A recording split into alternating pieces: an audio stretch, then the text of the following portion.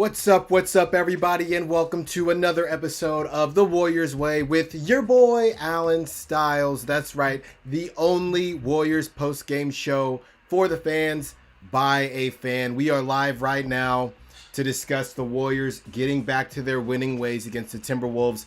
And, this is a type of game that you would call a get-right game. Okay, it's a get-right game because that's exactly what the Warriors needed to do. And that's exactly what they did.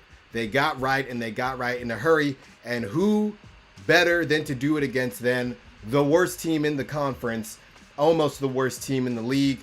We understand the Timberwolves are going through a bunch. Cat's out. D'Angelo Russell was out this game. It's looking, there's some light at the end of the tunnel. Anthony Edwards has shown some flashes. It's either going to be light for them or light for the Warriors, because if they get that 1-3 pick, that would stay with Minnesota. But if they do drop to 4 or below, that would go to Golden State. So you kind of wish that, they would start playing at least a little bit better. You don't have to be outstanding, but just stop being so terrible, because the Warriors are not going to get that pick if they get the 1-3. So, I think this is going to be a short one. I tweeted about this during the game. Again, at the _Styles Files. Styles with an I. That's me on Twitter and Instagram, by the way. But I tweeted about this earlier. What can you take from this game? And what I took from this game, besides the fact that the Timberwolves aren't very good, that the Warriors, they did what they were supposed to do. Now, there was a lot of talk around Wiseman not starting, and now you put Looney in there. That really had nothing to do with the game. For this game specifically, the Warriors would have won either way. The T-Wolves, it really wouldn't have made a difference. I will say this: when they were down by 19, they could have hung them up, and they didn't. That's because I think they're young and they're hungry. I forget they have Culver as well from Texas Tech. So they're trying to figure it out. But about the Warriors, you got to be happy seeing what you saw. And that's the energy. And I think personally, the Warriors came out with the intent of destroying the T-Wolves. And sometimes when that happens and you don't destroy a team, that can mess you up. So it could have been a little bit of the Warriors were just a better team, but also at the same time, they didn't get thrown off when the Timberwolves didn't crumble. I mean, I believe they just beat the Pelicans, who's a decent team. So you can't sleep on anybody in this league. But I will tell you this: if you could pick a team to play when your team isn't winning and not playing well, the Timberwolves this year are at the tippy top of the list. I mean, anybody who's played any level of sports, you know how that feels when you're about to go up against a team that is not very good. All that athlete speak of we take everybody seriously, or they got some guys. I think Bill Belichick is really good at finding a random kicker or punter on a terrible team, and he'll say you can't sleep on any of them. Sure, but you also think, look, this is a game where we can get it going. This is a game where we can get back on the right track. And the Warriors, thanks to this new baseball-style series, gets to play the T-Wolves twice. We've been teasing on this show these games coming up. You're not ever going to go undefeated. The Knicks game hurt. Obviously, Draymond gets ejected, not really for a real reason. The first tech, whatever, but he gets the second one for no reason.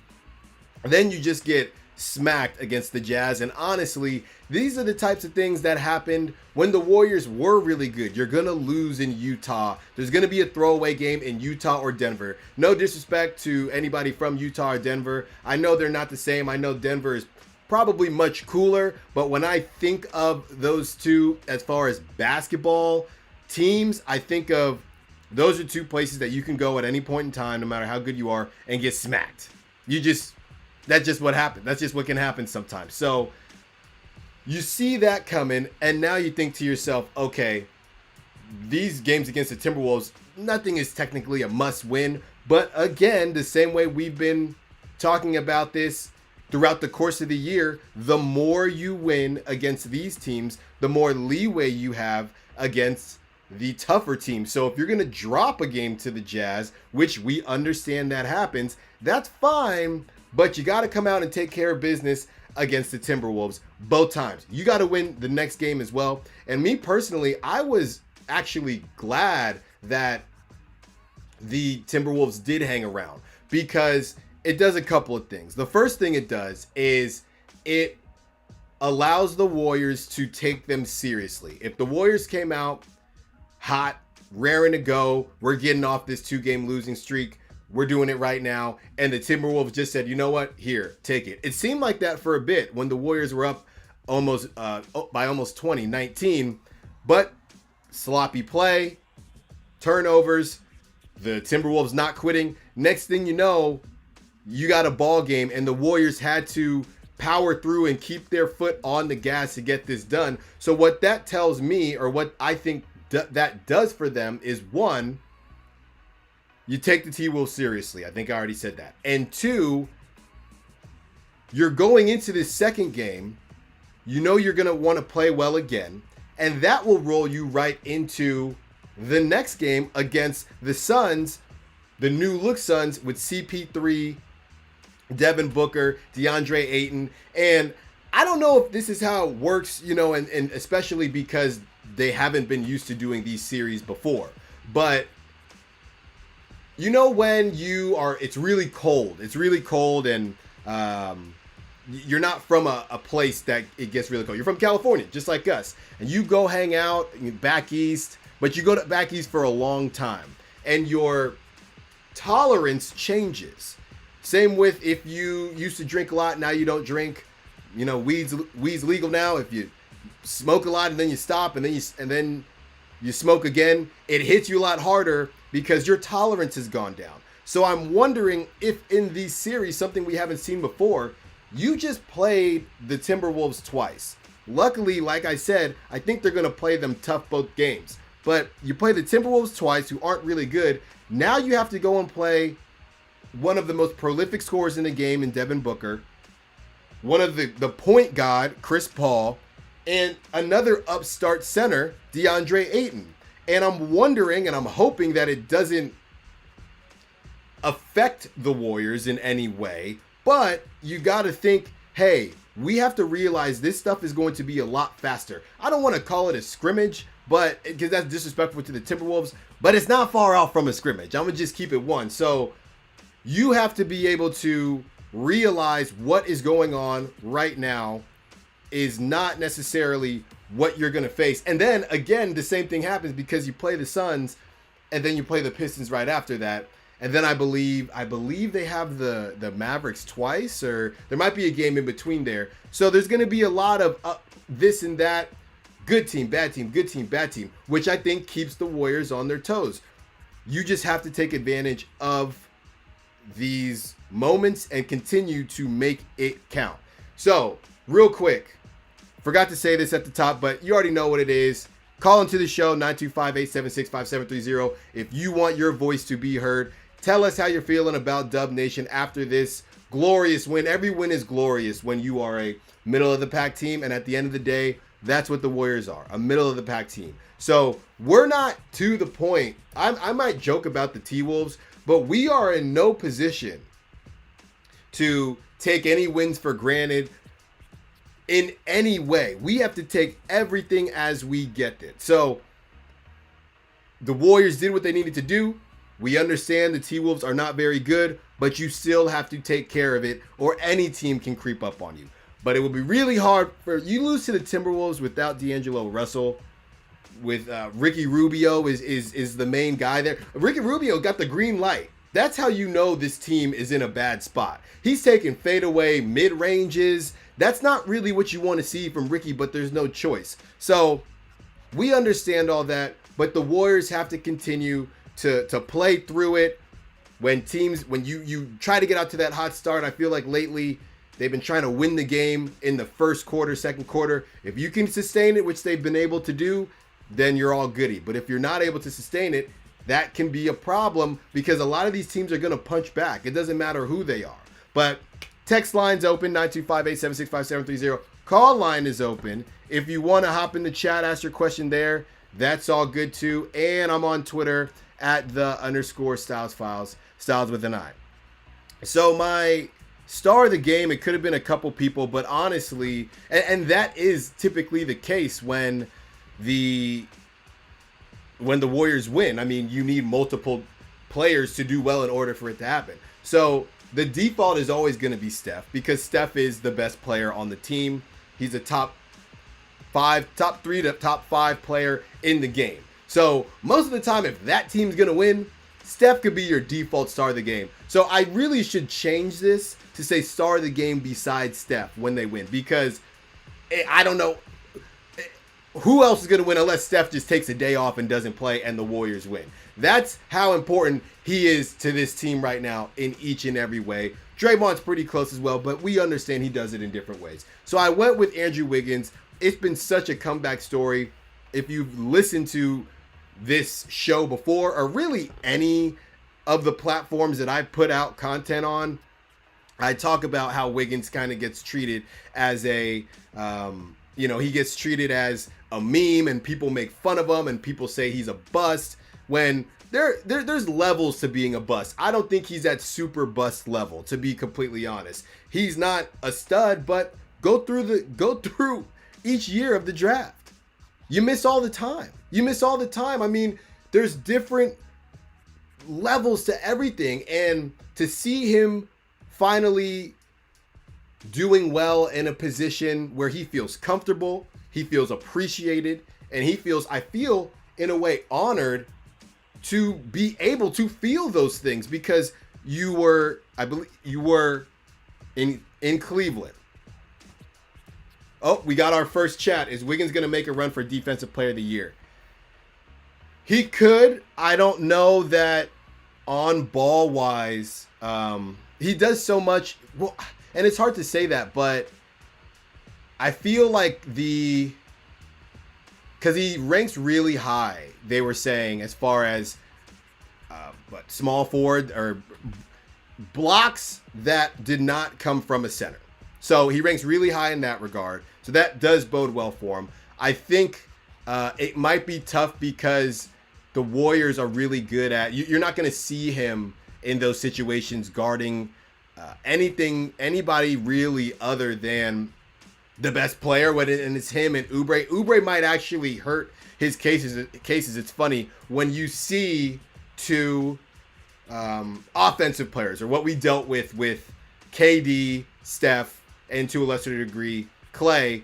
None of them are going to win MVP because there's not enough basketballs to go around. They're all kind of sacrificing.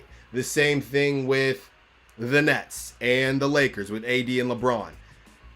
You don't really see that defensively too often, but this could be a situation where that actually happens because Kelly Oubre does also do such a good job, and they work together to clamp him down. If Wiggins isn't in the conversation, I would have to say it's because Kelly Oubre is continuing to play really well on the defensive end, and that's just taking away from what Wiggins is, what it appears that he's able to do. So, and Oubre was a guy, he was on the chopping block to get put on the bench. I actually responded to a tweet about, should he go on the bench or who should they bench? Could have been Oubre. I felt like Wiseman was a little bit of the scapegoat, but Oubre is continuing to play well, so I guess no harm, no foul. But to answer your question, Patrick, I do think he can make a run for it. I don't know how much of a legitimate run, simply because it's all connected to winning. So I do think that the Warriors would have to be better than a 5 seed. Oh, we got our first caller in order for that to happen. We got our first caller. Let's get it going. What's up? What's your name? Where you're calling from? Welcome to the Warriors Way. Alan, my guy. You know who it is already. It is Oakland O, calling in from Oakland. Oakland O, my man. Welcome back to the show. I'm very excited to hear from you and to hear your takes on today's game. Well, my goodness, Alan, my goodness. Did you write an obituary for Jared Vanderbilt? Because, Lord have mercy, did Steph put him on the barbecue tonight? Man. He cooked them every which way possible, just how my grandpappy used to do it back in the day. He said, well done. Mm-hmm. He did. He did. And you feel bad for the guy, but, and I'm not here to do the they all make a lot of money thing, because there's still a level of not wanting to get embarrassed, and you got embarrassed multiple times, but at least you got embarrassed by one of the best to ever do it. Okay? No complaints here. No complaints here. I loved it. This was a great game to get back on the horse for the boys after a couple of tough losses. Get the confidence back. Let's get back on the horse, and let's keep moving. But overall, great game. Mm-hmm. Steph, he's going to be right in the MVP race. I love where we're at. Hey, playoffs, baby. Playoffs. That's all that matters. Win. We win, and then we worry about the next day. That's all you can do. That's all you can do, Oakland O. Well, hey, man, thanks for calling. Like I said, I'm not really sure where your grandpappy, what he was cooking up, or where you were cooking in Oakland. Next time you'll have to let me know which part of Oakland you were from. But thanks again, Oakland O.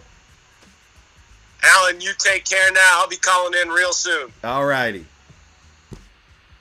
Oakland O, the fan favorite, returned. It's great to hear from him. Look, here's the thing. We have, and everybody keeps saying we've been spoiled, but it doesn't really hit you until you realize that you've been spoiled. And last year was so bad that it barely counted as a season in most of our minds, because, you can call us a fair weather fan if you want, but look, man, life is tough. The last thing I need to do is watch a team that is not very good, with really no chance of winning, with no light at the end of the tunnel. You can call me a fair weather fan if you want. I'm choosing to. You only have enough time in this life. I'm choosing to spend mine when I at least think my team has a chance. Okay? Maybe if there's nothing else going on, I'll fire it up. But that's just not how I'm going to spend my time. So last year was a wash. You come back this year, and now you're getting a taste of. You got a taste of a really bad team. Most teams aren't that bad every year. Most teams aren't, but some teams are. The Bulls, and the Timberwolves. There's certain teams, but the Timberwolves, they had their moments. The Magic were bad for a bit, but most teams, you're always around. The Knicks, so there's some bad teams out there, some perennial bad teams. The Kings have tried to make moves, but they've been pretty bad. There's some bad teams out there. But then you have we're in the mix, but we're probably not going to win a championship. And that's a whole different crowd. That crowd is sad in its own right, because you're happy and excited about what you're able to do and what you've been able to do to get to the playoffs or whatever. I think I was actually talking to my buddy about it. I think the Minnesota Vikings. Think the Memphis Grizzlies with Conley and Zach Randolph. Think those teams where you're good, you're respectable, there's no chance you're winning. I wouldn't say the Warriors have no chance of winning it this year, but it's not very high. I need to charge my computer. Hold on. It's not very high at all. So now you have a situation where you're excited, and we're not used to, ever since the Warriors beat the Cavs the first time, or really they got out of that second round and got to the conference finals. They had been stymied by the Clippers for a couple years, the Lob City Clippers. Ever since that happened, that's the last time the Warriors were wondering what was going to happen in the playoffs. That's the last time anything less than a finals victory was seen as a positive, because last year you didn't get to the playoffs. So This is another new path, and it's a path where, just like Oklahoma said, you get a 5 seed, 4 seed. I don't know if you can get a 3 seed, but you hope for a 4, right? Probably going to be a 5 or 6, and you just say, look, we got the best shooter ever. Stranger things have happened. Stranger things have happened. It's good to see the Heat go as a 4 seed last year. I think I talked about that doesn't happen, or that hadn't happened since the 70s. So anything is possible. I have been on the record talking about not wanting to run Steph into the ground during a year where they probably won't win it all. But look, if you are going to lose some of these games, like you lose to the Jazz and those type of blowouts, if you're gonna lose, I don't mind a blowout every now and then. That just gets Steph on the bench. And keeps him fresh and that type of stuff. Now you can roll that over to when it is playoff time. So I don't mind that. But night in and night out, and which, that again, with teams like this, with middle of the pack teams like this, the Trailblazers come to mind. This is what happens. There's going to be nights like this. But that's why these games as a middle of the pack team are way more important than they were when you had KD and Clay and you were the odds-on favorite to win. Because not that you're going to lose to the Timberwolves because you're a better team, but if you did, you can really turn it on and off. And this Warriors team does not have that luxury at all. At all. I think most people saw Nico Mannion and Jordan Poole are headed to the G League bubble. Poole, man, it's only his second year. I think I can't remember how long he was at Michigan, but he's not a James Wiseman teenager. He's not that. He's obviously not old, but yeah, intriguing stuff. Maybe he gets more reps, but it's tough when you're watching a player and you want to believe that they are growing, right? That you're seeing growth. There's certain players that you have to have a good starting point.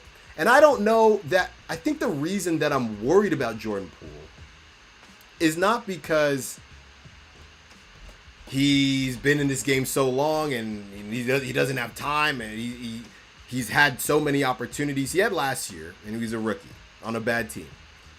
But from what we've seen, I'm trying to figure out where he's supposed to be the shooter, right? He's the shooter guy. He made the crazy three-pointer when he was at Michigan. He's the shooter guy. So when you make yourself the shooter guy, doesn't really matter what else you do if you don't make shots. I think that's the issue. So the different growth that we have or have not seen, I think, worries me, because at the end of the day, you need to make shots. And I know I saw a couple, I think it was earlier today, how Clay struggled. He couldn't hit the backside of a barn. Somebody said that. I think an exec with the Warriors when he first started. But I don't think it lasted this long. I just don't think it lasted this long. And I think that's why, Clay never, sure, the teams weren't as good, but Clay never went to the G League. Somebody correct me if I'm wrong. I don't recall that. I don't remember that. So, not to say, I don't think anybody thinks that Jordan Poole is going to be Klay Thompson. My point is, I'm not really sure what he's going to be. Is he going to be Michael Mulder? So we got two Michael Mulders now. Is he going to be? He's not going to be Juan Toscano. I don't know what Jordan Poole is going to be, but it is good to see him get reps. Right now, I see more from Nico Mannion as far as being able to run a team. You have a team with shooters. So if you're not going to make shots, the least you can do is run the offense. From the little I've seen Nico Mannion play, I've seen him be able to do that. I have not seen enough from Jordan Poole. But good luck to both of them. Quiet game from Eric Paschall. Surprisingly quiet. But that's how it happens. I think, there was some stuff on Twitter about Paschall being a little excited this game. I don't know if Oubre on the second unit has anything to do with that. I'm just literally making this stuff up. But he did seem like he was forcing a little bit today, but I think it's because things do typically come so easy to him against those second unit teams that maybe a little bit of frustration. And speaking of frustration, Wiseman, man. Wiseman not getting the start. You could tell he's young. He's 19. I got upset all the time. We all get upset all the time when you're 19. Things don't go your way. It doesn't matter how you word it. He was a starter, and now he's not a starter as of right now. And they won. And when he came in, he still dropped 13. But it's just a different swag. So you could tell he was off. And I saw tweets about Wiseman having fun. And it's hard not to have fun with Steph on the team. And that's why I'm going to put this responsibility on Steph to make sure that Wiseman is having fun regardless. You know, Steph has a lot of it on his plate already. Draymond is handling the side of Wiseman that's the growth. Some people think he might be going a little overboard. I know how you know how it is when you get a little youngin', right? Like when I see a little baseball player, I just tell them a bunch of stuff that they didn't ask. You know, it's like nobody at all. I'm just like, hey man, just remember to stay through the baseball. You got to stay through the baseball. That's all.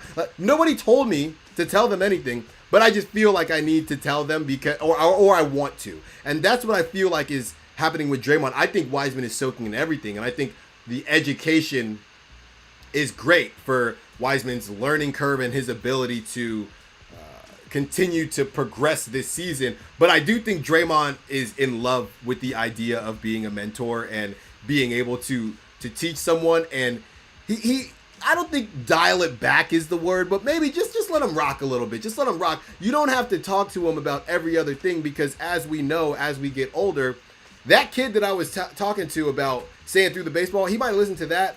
He didn't hear another word I said. So you got to focus, and they don't have the longest attention spans, these kids. You got to make sure you get the message out quickly, and you got to make sure you pick your spots. Because you talk too much, look, man, I just got back down the court. Every other possession you're trying to talk to me, just let me rock. Just let me rock. So I don't think it's that far, but I think we do need to allow Wiseman to just enjoy his time. And I'll tell you why.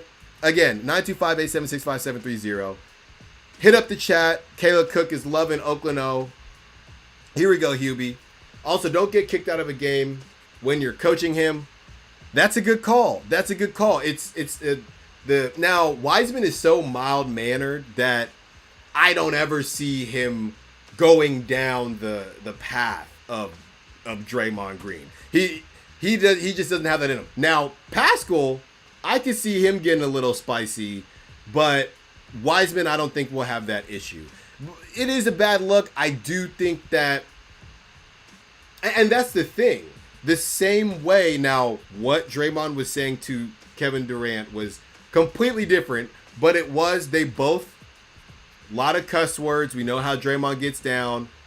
Very angry, very accusatory, and it's kind of saying something, and that was a bad moment for Draymond, because it's kind of saying something that even though the ref did think he was talking to him,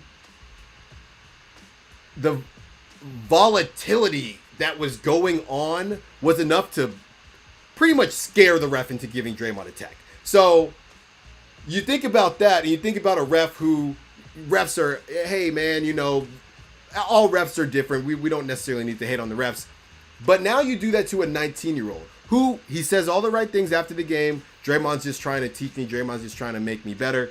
We understand that. But Draymond, you don't need to just cut somebody out because he didn't come around on a pass that technically it wasn't the best pass anyway. And now you're looking stupid because you got kicked out the game. So how does that work to me? So that's a good call, Patrick. The one thing I will say before, like I said, there's not too much to take from this game. I'll probably wrap it up fairly quickly. The text lines are still open. Chat's still open. Twitter is always open at @_Styles Files. Styles with an I. One thing I did want to talk about was the idea of not bringing Oubre off the bench. Now, Oubre was, I think, a plus 20 at one point today, in the plus or minus.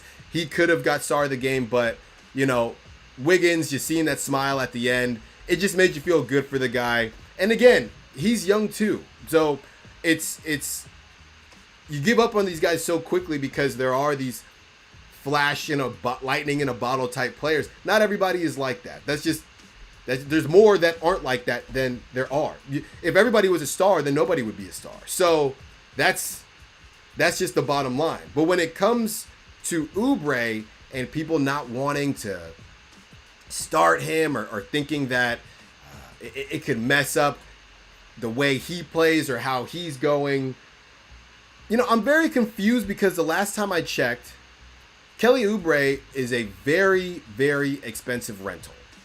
The Warriors, he will be a free agent at the end of the season, and he's probably not going to be on the Warriors. If he plays as well as the Warriors need him to play, he will not be on the Warriors. I don't think so. I'm not really sure how that works out. It's possible. I'm sure anything is possible. But you look at, okay, you got Clay, Oubre, and Wiggins. That's great defensively, but I don't know. I haven't heard enough. All I know is that the Warriors don't got a lot of cash, and if Oubre plays well throughout the season, there's going to be a team out there that does have more cash than the Warriors because the Warriors don't have a lot.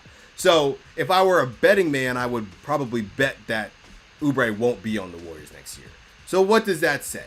That says that it doesn't really matter. You do whatever you think is going to help the team in this very moment. It's not a matter of what is going to help in the long run.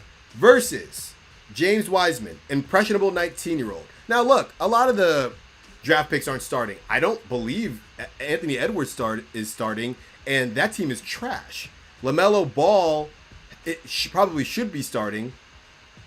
That team is decent. So it's not like Wiseman is now the only one coming off the bench. It's actually quite the opposite. He was really one of the only solidified starters from the top 5, top 10 guys. Halliburton has been killing it for the Kings as well. So you choose to sit him really for no reason other than, a couple rough games. But again, the whole team has had rough games when they've had rough games.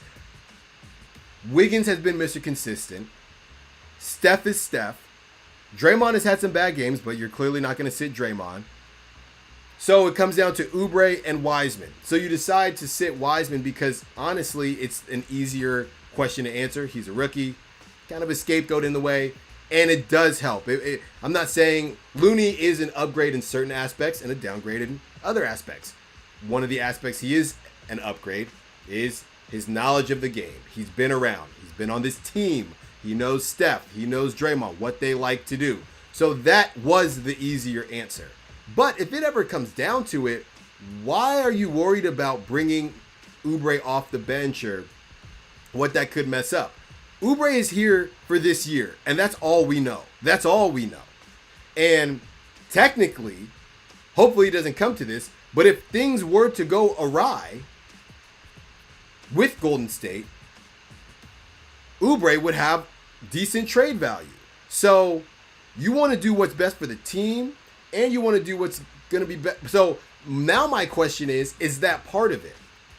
Is it numbers or not numbers? I would love to talk to a NBA exec or even just an NBA writer.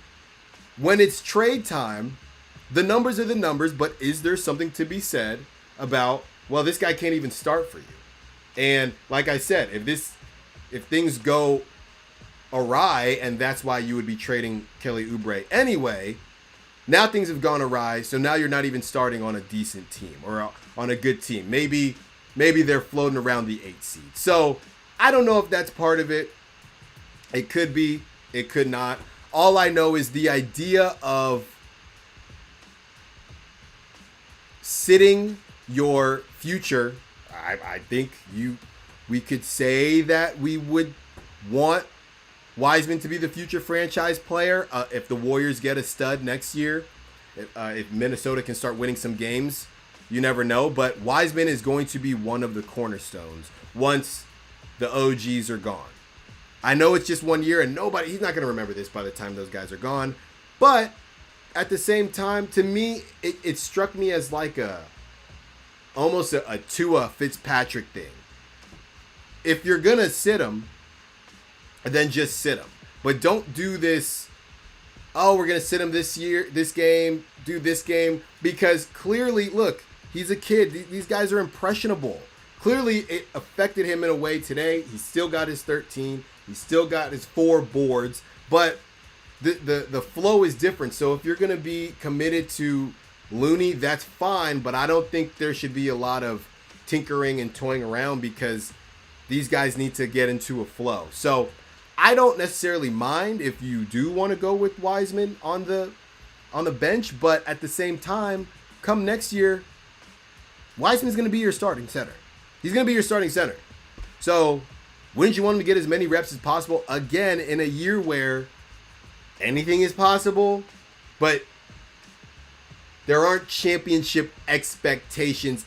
Yes, everyone wants to win the championship, but not like the Warriors with KD and the 73-9 and the dynasty that we just watched. So I don't really think that's not the call I would have made. I'm not the coach. I think that Oubre has been killing him on the second unit, and at the end of the day, you have to make whatever the best decision was. If it truly was the best decision, and that's the thing, we don't know because they played the G League Timberwolves, and they're going to play the G League Timberwolves again. Maybe D'Angelo Russell plays. I know he was out with quad injury. That'll help. I was glad that the Timberwolves kept it close, like I talked about earlier. So you don't want to not pay attention to any of it, but at the same time, let's see what they do against the Suns with this new look. And I like Looney. I like Looney a lot. He seems like the nicest guy ever. It's less about Looney and more about let's hope you were making the decision, not because, I remember seeing things early in the year. We don't want Kelly Oubre's confidence to get messed up, and that messes up the chemistry of the team. Kelly Oubre's confidence will never be messed up. You could do anything. You could send him to the G League. He would still have the same confidence, the same swagger. I don't think you have to worry about Kelly Oubre coming off anybody's bench at any time. He will think that he never should be coming off the bench, but that's not going to affect the way he's not one of those guys that it's going to affect him. So I think that's baloney. Anybody saying that it could affect him in a negative way. I think if there's one person you don't have to worry about it affecting, it would be Kelly Oubre. I think it could affect Wiggins if it ever came to that. Not that it would, because Wiggins is, Mr. Consistent right now. But I do not buy that for a hot second that would affect Kelly Oubre in any way. But I think that's all I got. Today. Somehow still got to 40 minutes. I swear, man, sometimes I think that, I'm keeping it short and I'm just not. But that's just how it goes. I am very happy that this has been continuing to roll. Sorry I wasn't here for the Jazz game. Honestly, it was a Saturday night. The Warriors started getting smacked, and I figured it was a throwaway game. So there's no real need to do a post-game show about an obliteration like that was. So decided to skip it. Warriors bounce back. Doesn't count against the record, so we're still rolling. What are we? 2-1, 3-1, something like that. So we're still rolling. All gravy here. So if anybody has anything else, if you're catching this at the end, or if you're watching the recording of this, hit me up on Twitter at @the_Styles Files. Styles with an I. Would love to connect with you. Thank you to everybody that hopped in the chat. Thank you to Oakland O. And until next time, be safe, be well, be wise. Peace.